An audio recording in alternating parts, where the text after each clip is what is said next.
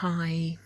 So I've really struggled with whether I should put this information out there before the release of Rise of Skywalker, as it gives massive insight into Ben and Rey's bond.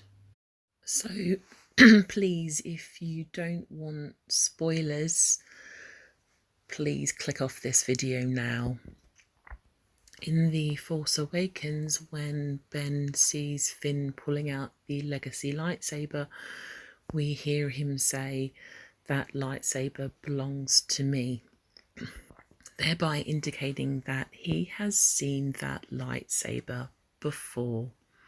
And we have people saying that we didn't learn, nor was it addressed, as to what had transpired with the lightsaber. But there are other clues which indicate where the lightsaber has been, or should I say, who has had the lightsaber. Now, in between the release of The Last Jedi and it coming out on DVD, I came to the realization that Ben Solo is helping Rey, and I thought to myself, if I was Ben and I had to go to the dark side, what would I do to ensure my return?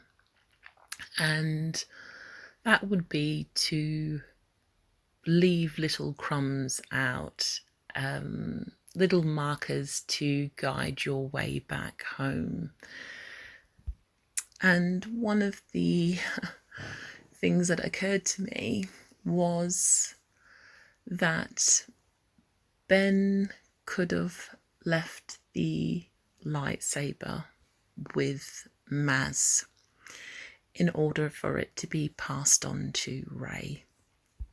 Now you're going to say that is a massive reach, but it occurred to me that there was a way of confirming that, and I got out both DVDs and looked at when Rey first encounters the lightsaber in Maz's castle and compared the contents of the chest to what we see in the flashbacks with Luke and Ben in his hut.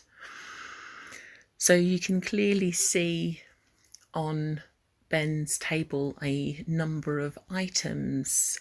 We see Jedi insights, we see a compass that we later see in Luke's hut on Acto, which is another topic that will be covered in another video.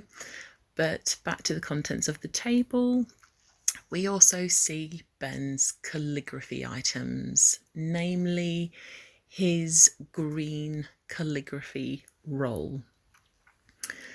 On the table, it's completely rolled out, though when you look at the contents of Maz's chest, you see underneath the lightsaber a green roll that it really looks like Ben Solo's calligraphy roll, and it has a number of round, long, circular shapes that indicate pens.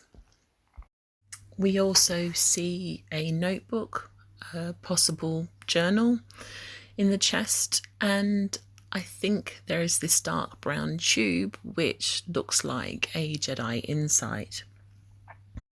I believe it's safe to assume that Ben's personal effects are tied with the lightsaber.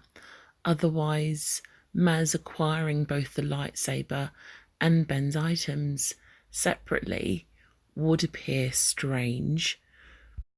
So what I believe happened is that we know that the lightsaber was at the Jedi Academy, most likely in Luke's possession, and that Ben Solo had access to Anakin's legacy lightsaber. You're most likely asking, well, how did Luke acquire the lightsaber? And I have an answer for that, but that will be covered in another video, most likely with the same title, but called Part 2. So back to what evidence there is to support Ben giving Maz the lightsaber. Now, I put this theory to a gentleman who had his own YouTube channel back in May of 2018, and he found it very interesting. Thought that it definitely was Ben's calligraphy role, but didn't agree with me that Ben could have left it with Maz. And I said to him that he could take it to his Discord server, and he shared that with a number of people, and they all came back with the same answer, that Maz most likely stole the lightsaber and thought to tuck it away for safekeeping and for future eventual use. Now, my argument was, why keep the calligraphy items then? Surely you would put them to some use, not keep them tucked away with the lightsaber. They obviously have some sentimental value and are being kept for Ben. Though I would love to see in The Rise of Skywalker the footage shot between Maz and Leia that took place in The Force Awakens, that was never used. I know that there was an exchange of the lightsaber, but we didn't see that in The Force Awakens. What I would love to see is that edited out, the lightsaber, and in its place the calligraphy roll. Mike Zero says that he believes it's going to be some kind of weapon.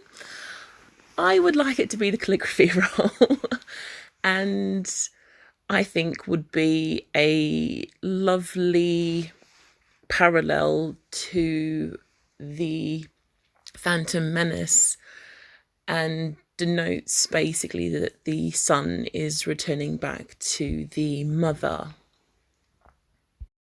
There's also another reason that I think that Maz knows Ben, not just because Han and Leia have met Maz before and are more than well acquainted with her, but also Maz says to Han, "Where is Chewie?"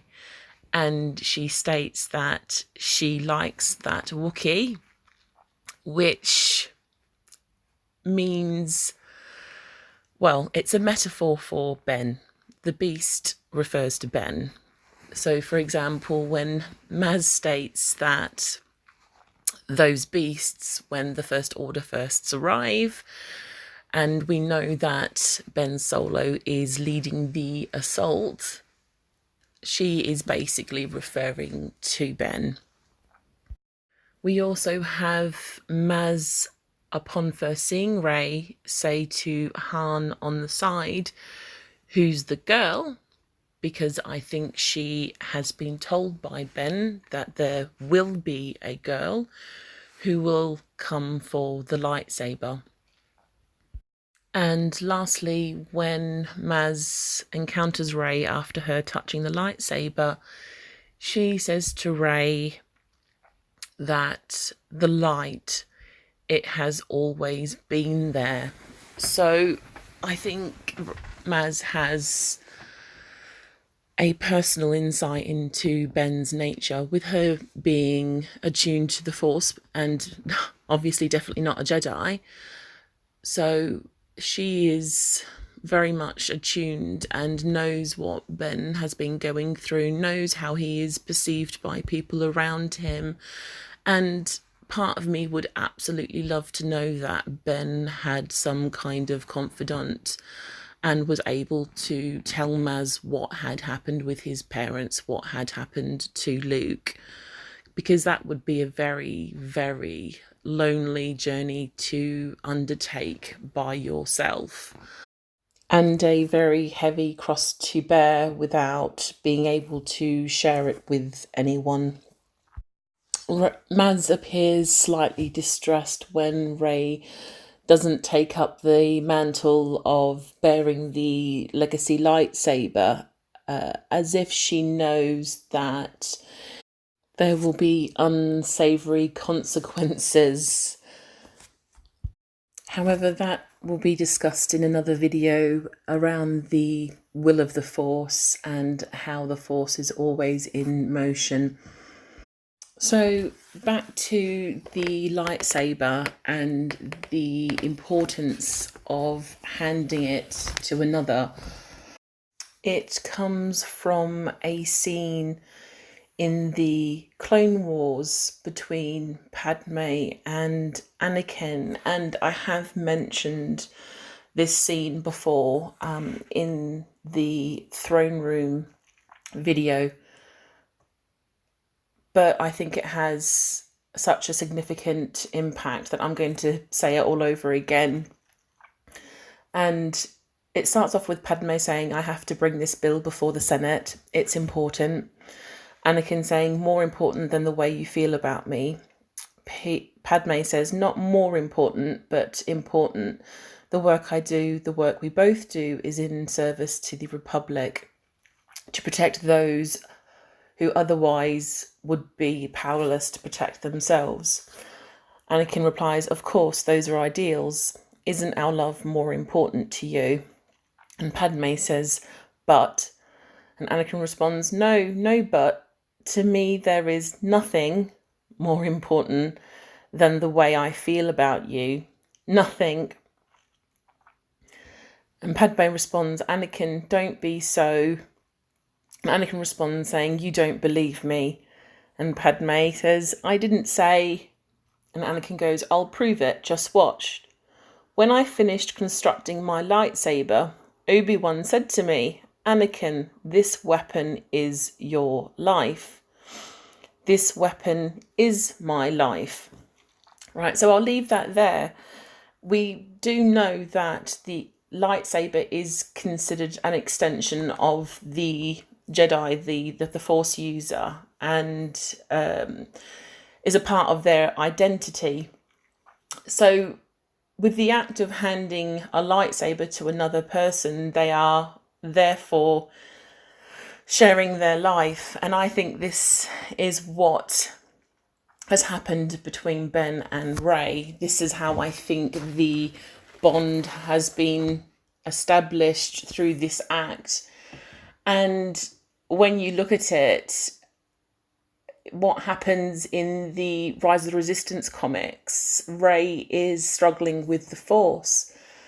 I mean, when I saw that, I thought, yeah, that's another confirmation that my theory is right, that because she pulled the lightsaber from Ben in the throne room, she broke it, she therefore broke their connection, and she started struggling with the Force.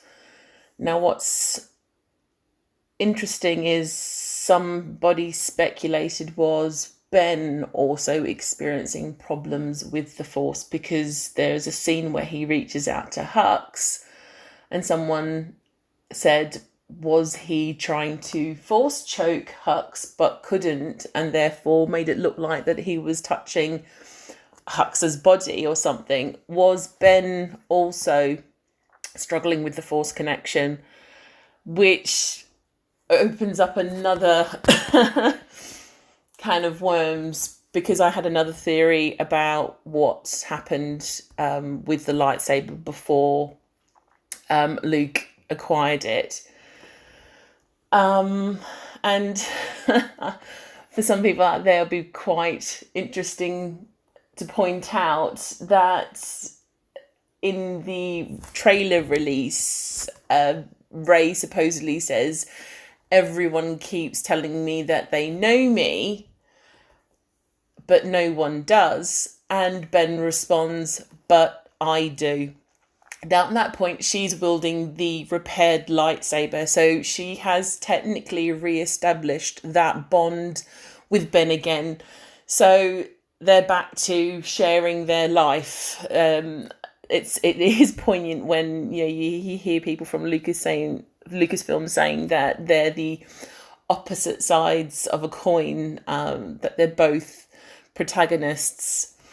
It's perfect description of them sharing their life with each other through sharing the lightsaber. So I'm going to leave that there, and hopefully you enjoyed it. Sorry about the quality of the video. I'm an appallingly bad speaker. I'm not going to make a full-time career out of this. I just thought that people should know what's going on behind the scenes of The Force Awakens and The Last Jedi, and also with other supporting material, because Lucasfilm have always had this plan from the beginning, and for people and not to see it, I don't know. I'm sure that possibly that there are plenty of people that have established the connection and understand what's going on. I can't be the only one, but I just want to put it out there for people to see that there was always a plan, and a very, very good plan with excellent plot twists, I suspect, to come up in The Rise of Skywalker. Oh, before I forget, another argument to support my theory is when Luke says to Rey on Act 2 that he's only ever encountered this kind of raw power before in Ben Solo. So that was it. Thank you very much for listening, and please like and subscribe. Love and light.